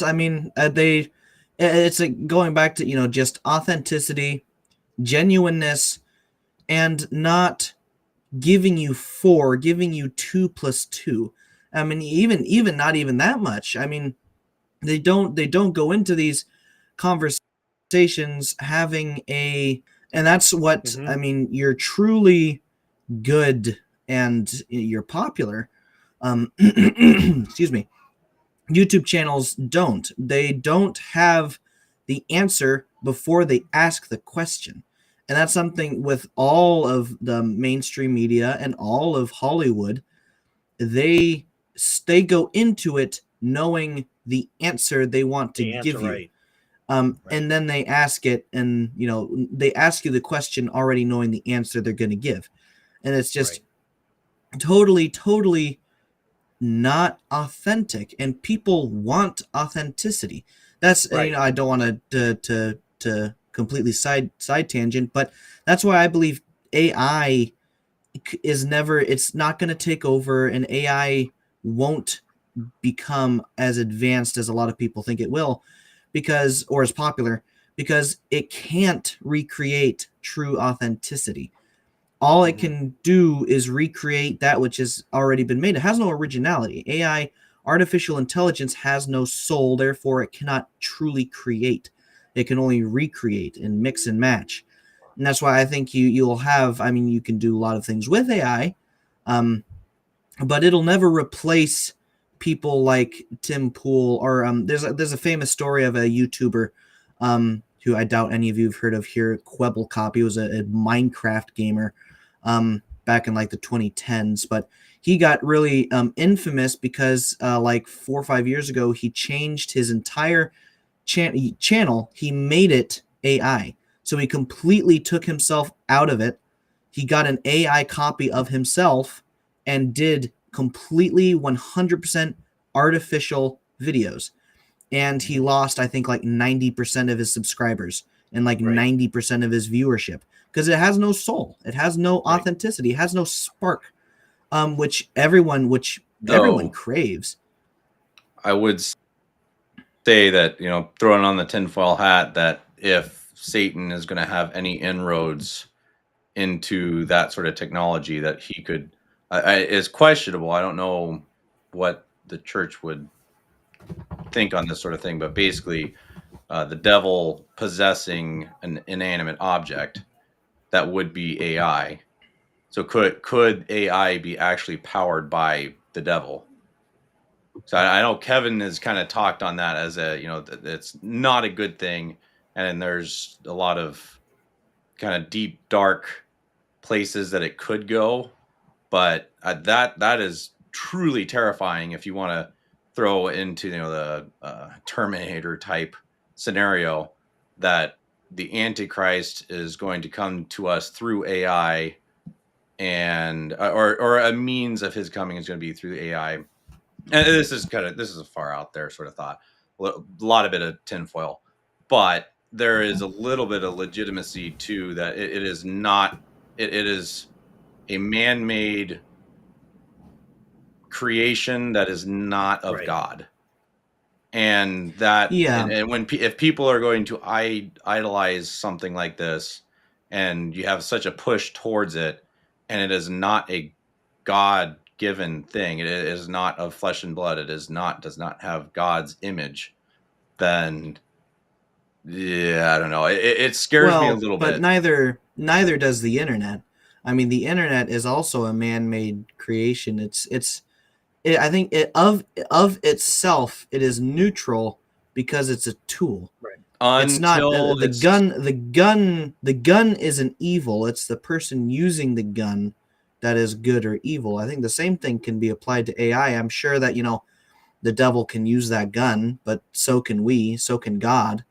And when it comes down to it, maybe the Antichrist comes through AI, or AI hastens his coming or whatever. But I think that in the end, it is a tool that can be used for either good or evil.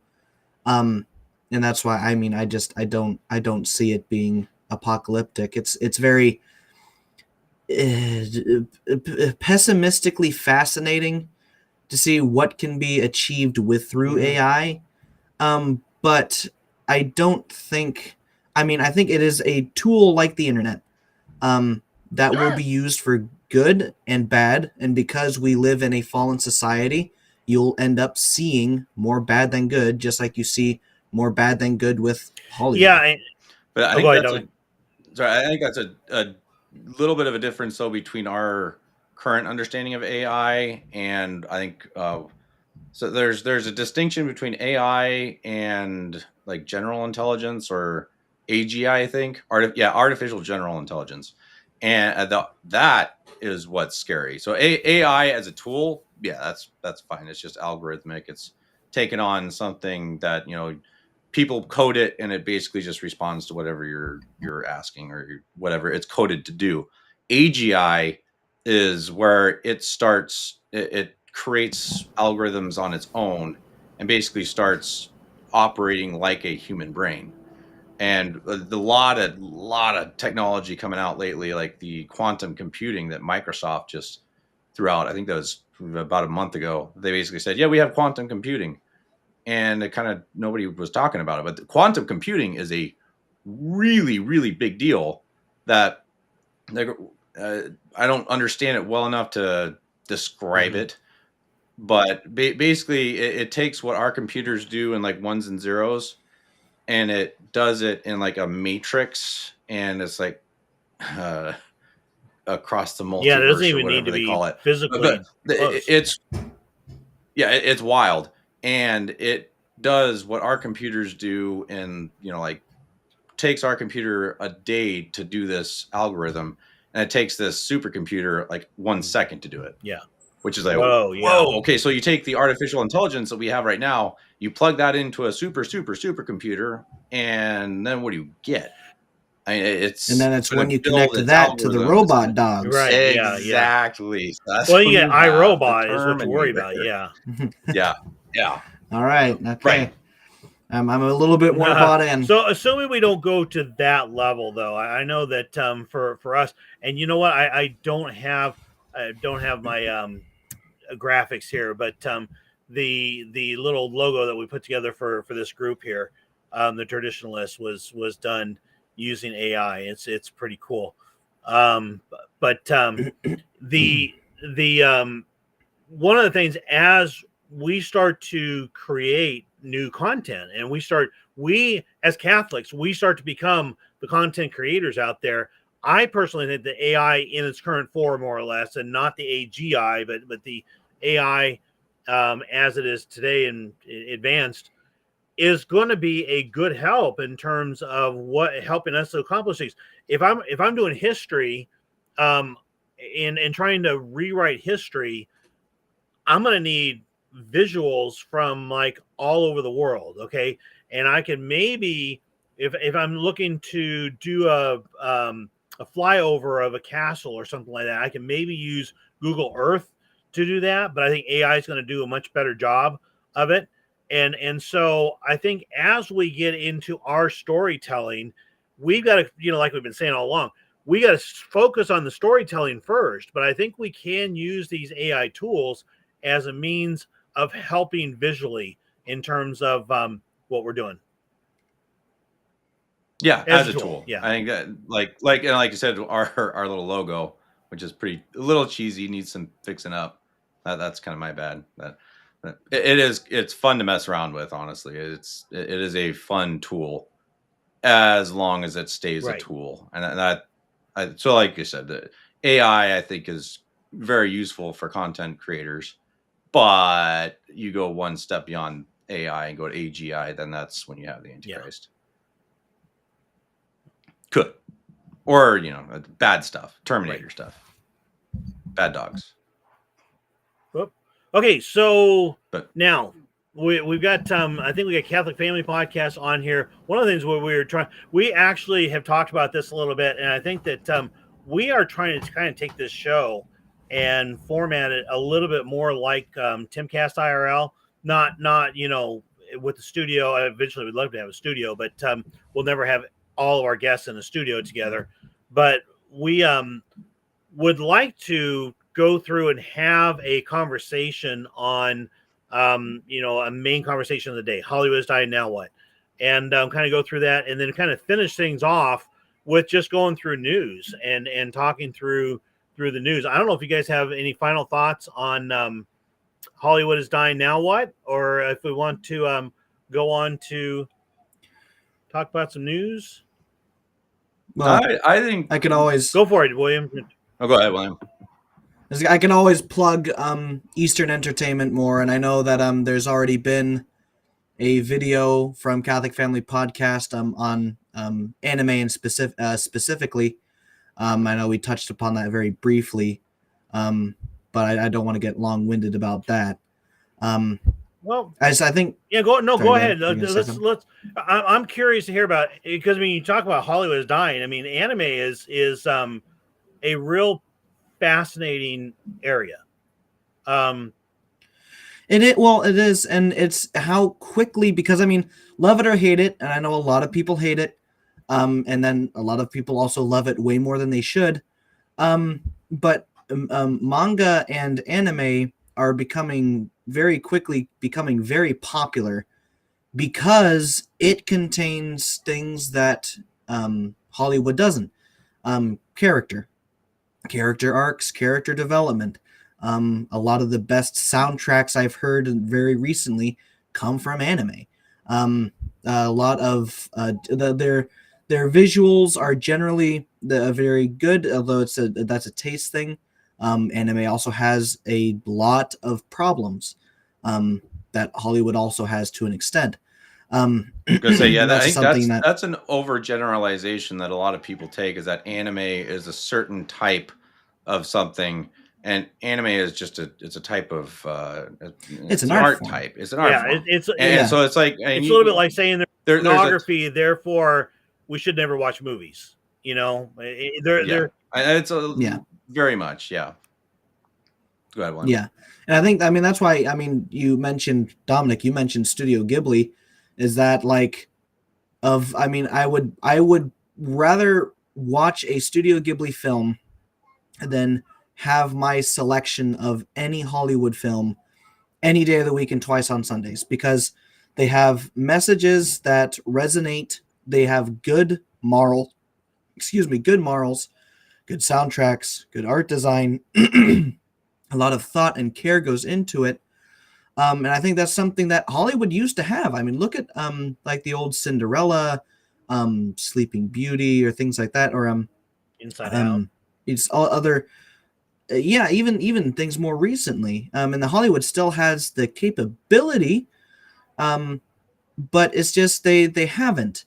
They have not delivered what the people wanted, so the people turned to other countries and other hemispheres to find that, and a lot of people have found that in Eastern entertainment. I mean, Netflix has a lot of that, especially like Squid Games or whatever. I haven't seen that, but I know that was really big and popular.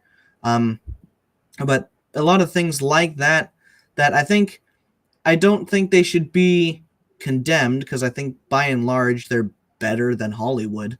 But I think it's like, why can't we do that? I mean, why can't we do that and not have to look at the subtitles because we can't understand what they're saying? Who's their audience? Are they trying to appeal to a mature audience, to a teenage audience, to children, or all over the board? For anime? Anime is generally for teens up through like 30. And so here's the thing, is that with anime, and the reason that so many Catholics have a big problem with anime is because there are the fanatics, and the fanatics are wacko, absolute degenerates. And they are a very loud minority that ruins the art form for everyone else. And so that's, but I generally is, and also anime is not made for children like our cartoons are made for children. But especially when there are like Studio Ghibli in particular is much better for children. But I think that's also a disconnect that a lot of people have, is that the target demographic for anime and also manga is young adults, and also just adults. Are they appealing to a longer attention span than we do here in America? Yes, absolutely. I mean, so here's a thing. I heard this a while ago, is that on average, each in Hollywood, a frame does not usually last longer than 8 to 10 seconds. Is that there is a camera shift, there is an angle shift or something every 8 seconds, because that is how long on average the audience's attention span lasts. Like Cocomelon. Yeah, your TikTok doom scrolling. Anime has a lot more lingering shots, and also it takes a lot longer slowly developing things. And of course, I mean, I can't speak for all of anime because I haven't watched all of anime. But because also I know it's an incredibly broad spectrum.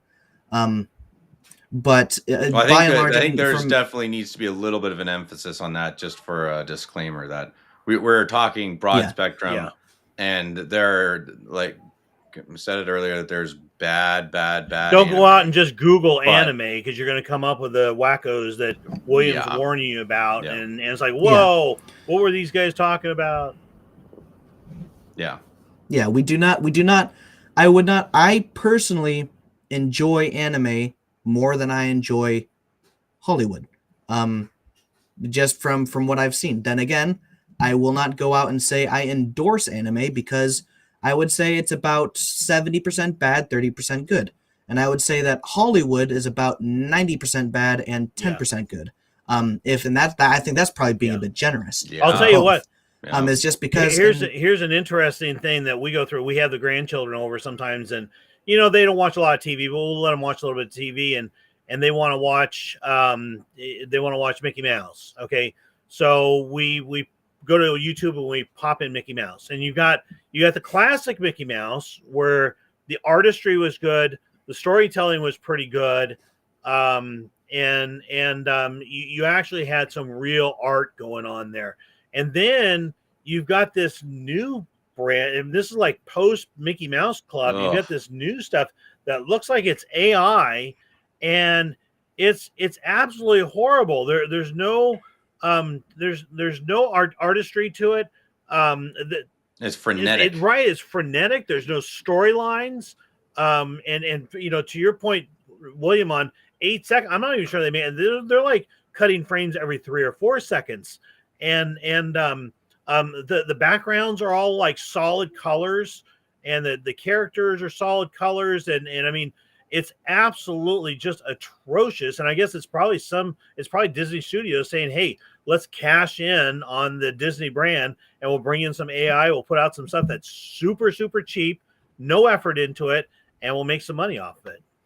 Yeah. I have said that for a long time, that Mickey Mouse Clubhouse is the Vatican II of cartoons. Yeah. An absolute shell. And it's just disgusting. It's not what it's supposed to be. And also it's just and also you get this so much with especially cartoons, is that they just expect you to be dumb. They don't challenge you at all. That's something, and this is not a movie, but Calvin and Hobbes. I grew up reading Calvin and Hobbes.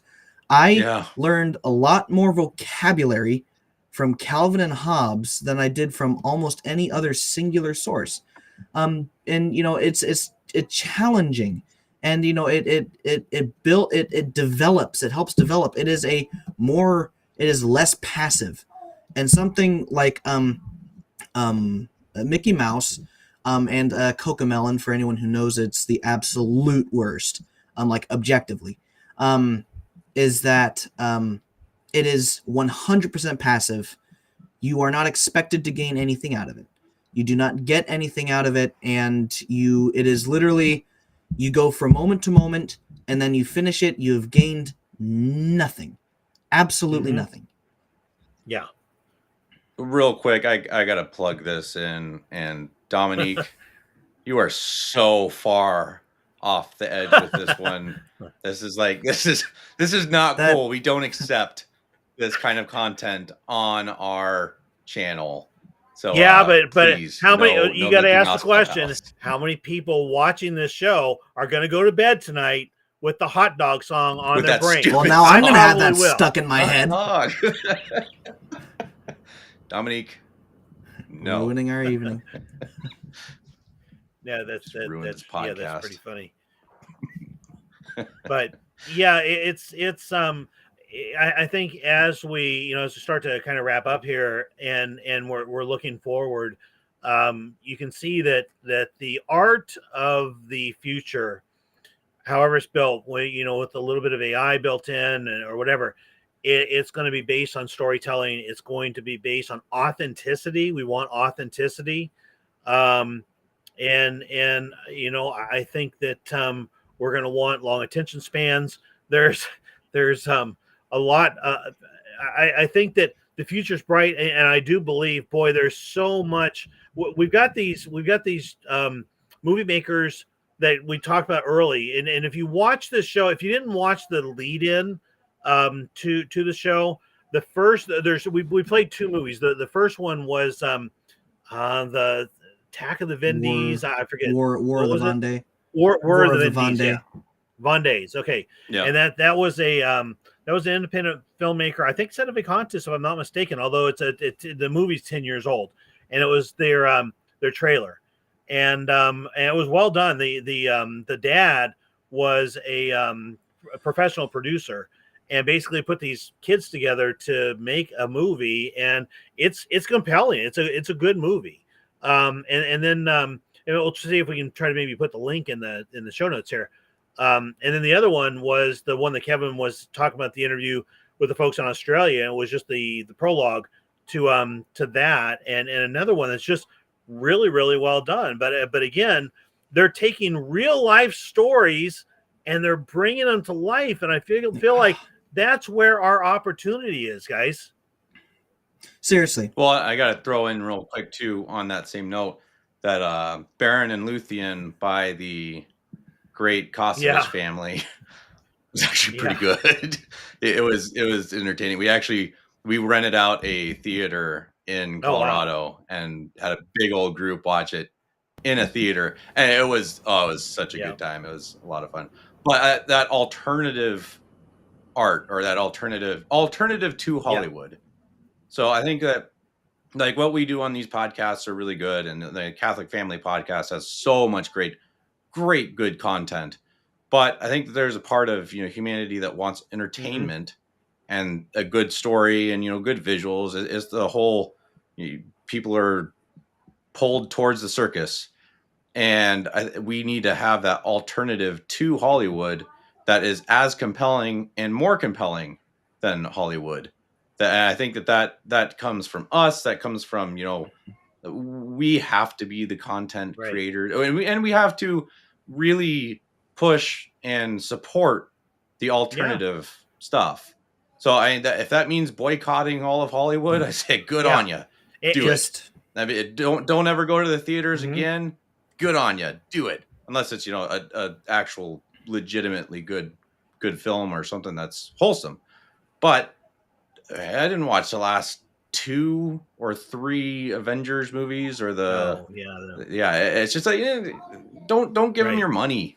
If you're gonna go out and spend $20 on a theater ticket and popcorn, maybe donate that to the Catholic Family Podcast and support those guys over there. And that's that. And I didn't want to turn this into a telethon, but I mean, you got Dominic and Lauren Kageso who run several different things like that, and they're trying to make it on their own as content creators. And you've got Crusader Filmworks here, and you've got a lot of different, and it kind of has a community. We need to figure out, brainstorm, how can I be a help here, right? Do I have a little bit of money I can contribute? Do I have talent I can contribute? Do I have support I can contribute? Can I go out to their sites and watch their trailer and put it on my list on Facebook? What can I do to help push this forward? Because we've got the mother, back to the title of the show, Hollywood is dying. We've got the mother of all opportunities here, and I think we need to do what we can, each of us, to break through. Well, something's going to come out of the ashes. Absolutely. And it has to be us. We have to be the ones that are coming out of the nice fertile ground of California after it's burned. We got the truth. Just imagine what we could do with a modern Hollywood film budget of, say, $100 million and made a movie about Cortez. Yeah. Or a movie about the First Crusade. Oh, you could make the most amazing film, but it's never going to be made in Hollywood. No, but I'll tell you this. I'll bet. I mean, especially with resources like Mel Gibson, and there are probably some other closets, scientific contests or closet, traditional Catholics. Barron Trump is not necessarily, he's not a Sede, but I mean, he's seems to be that direction. You got some influential people out there. If you had a script, if you had a proof of concept, if you had some other art that you could fall back on and say, hey, here's what we can do, I'm willing to bet that somebody would pony up the money to support it. Now, are we at that point? No, because we've not done fiction movies, and we don't have a lot of acting talent in our family, I would say, but we're good on screen, but not face for radio. That sort of thing. So we're not like the Von Days, but I think if you could get a group together that says, hey, I got the actors, hey, I got the directors, hey, I got the producer, hey, I got the script writers, hey, I got the historian, and you start to network together, I'll bet we could do it, guys. I mean, I'm not saying that this year or anything, but yeah. I kind of I would predict that you're going through a massive cultural change right now, and lot of stuff going back to just common sense. Yeah, I don't know if you saw that clip I sent you earlier about J.D. Vance, basically talking about his Catholicism and his, like, he roots everything in his life around, you know, God's laws, and very, very inspiring little spiel he went on. And good grief, you get someone like him elected to the presidency, and that just, you're just gonna have good stuff come from that, and normalizing, normalizing goodness and normalizing virtue. Because right now, you go around and your average, you go to Aurora and Denver public schools, and you go in and you wear a scapular and you pray the rosary, you're going to be looked at as this weird, odd person. I think that culture, just the general shift is happening right now, that people are, it's not weird anymore. Right. It's sought after. It's normalizing the virtue. Yeah, let me see real quick here while we're talking. Let me see if I can get that up with Yeah, that would be a pretty decent way to kind of sort of wrap things up. Yeah.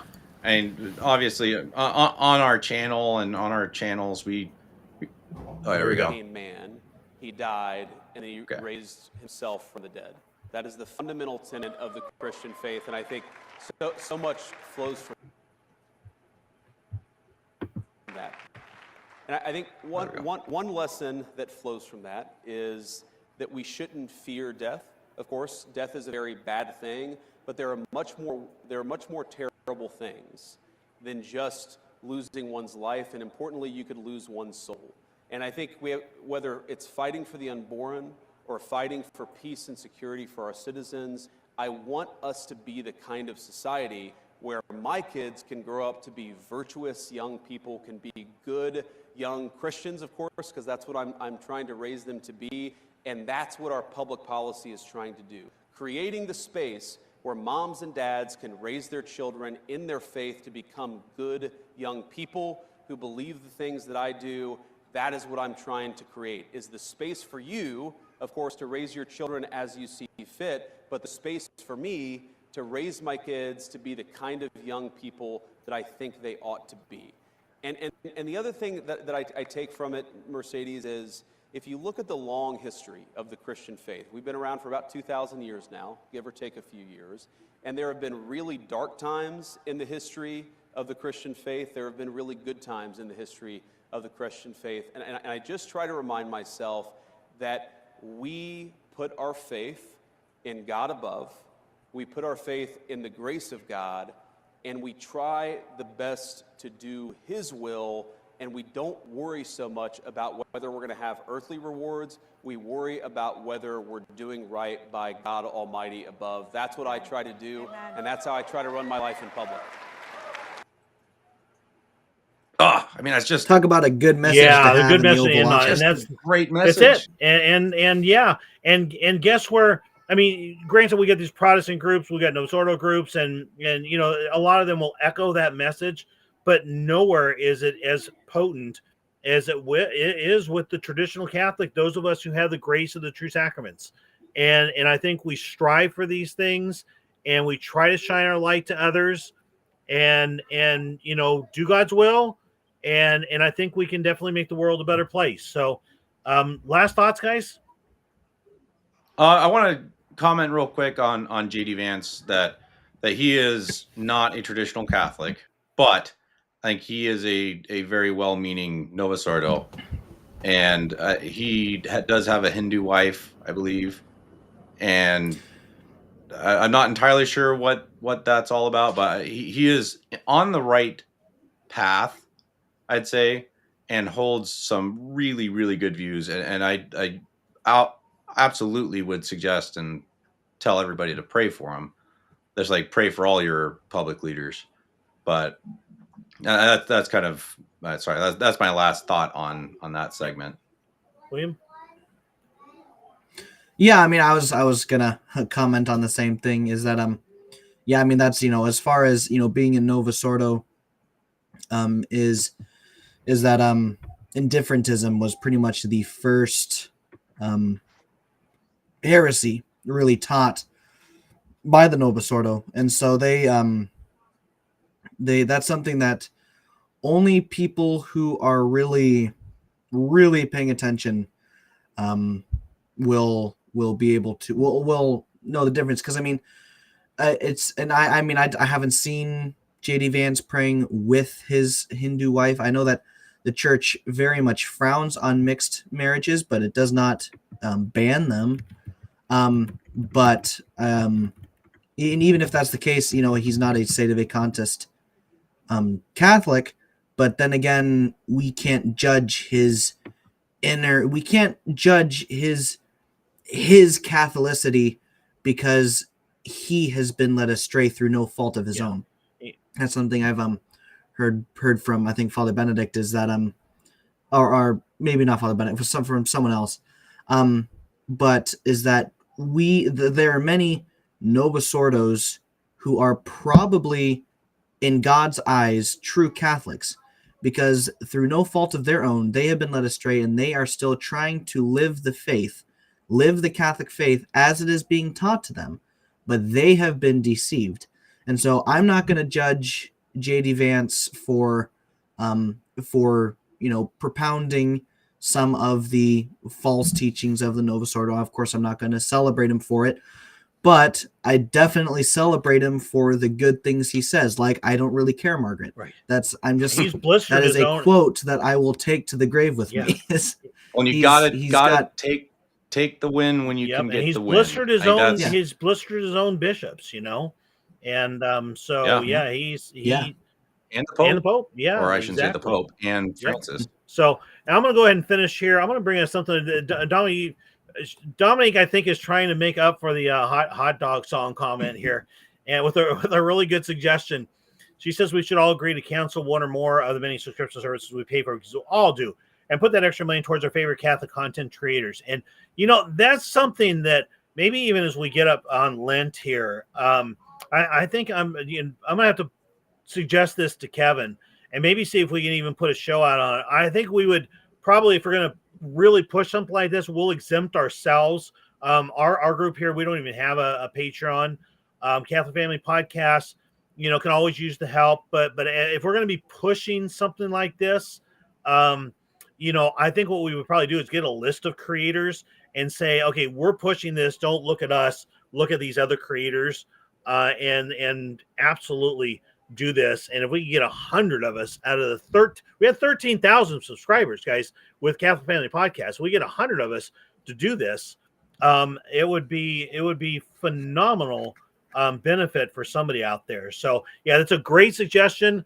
A great thought to finish up on. I hope everybody has enjoyed the show tonight. Real quick, I do want to say again, just like I wasn't here last week before.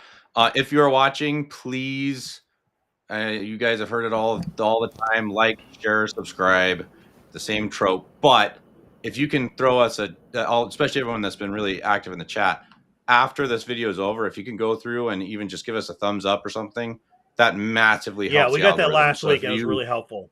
Yeah. So literally, if you give us a thumbs up, it shows up more in people's feeds, and they can watch and be awed by our wild intellects. But and also on that note, we don't do this for money. This is just for fun and for kind of to reach people, and it's fun. But Catholic Family Podcast does have a lot more content, and they have a lot more needs that are kind of need to be met over there. And so if you are going to do anything, do help the Catholic Family Podcast. Yeah, there's a lot of opportunity over there. If we had the money, we've got people that are willing to help work. There's so much we could do, and even down to Kevin being able to quit his one job that doesn't pay very well, but it helps to keep food on the table, that he really wants to quit and replace it with Catholic Family Podcast. But he's going to need more money than we're bringing in. So yeah, I mean, it's a great thought to finish up on, and just do your little part. Make a comment. The comments here in the comment section have been great, and we really, really appreciate it. And guys, until next week. Oh, and if you've got any ideas for show, I can tell you real quickly how this actually goes. We finish up this show on Thursday night, and Friday night we just kind of get away from it and see how everything went. And then by Saturday or Sunday, we're starting to queue up another topic, trying to keep it current and topical. And then Monday, Tuesday, Wednesday, we start doing our research for it and try to kind of build the visuals for it and all that kind of stuff. So if you've got ideas for shows, go ahead and hit them. Try to make it current, topical, and we'd be more than happy. This is the one for this week was actually William's idea, and I think it was a good idea. So until next week, topical and on the edge. All right, we're out. Thanks everybody. God bless.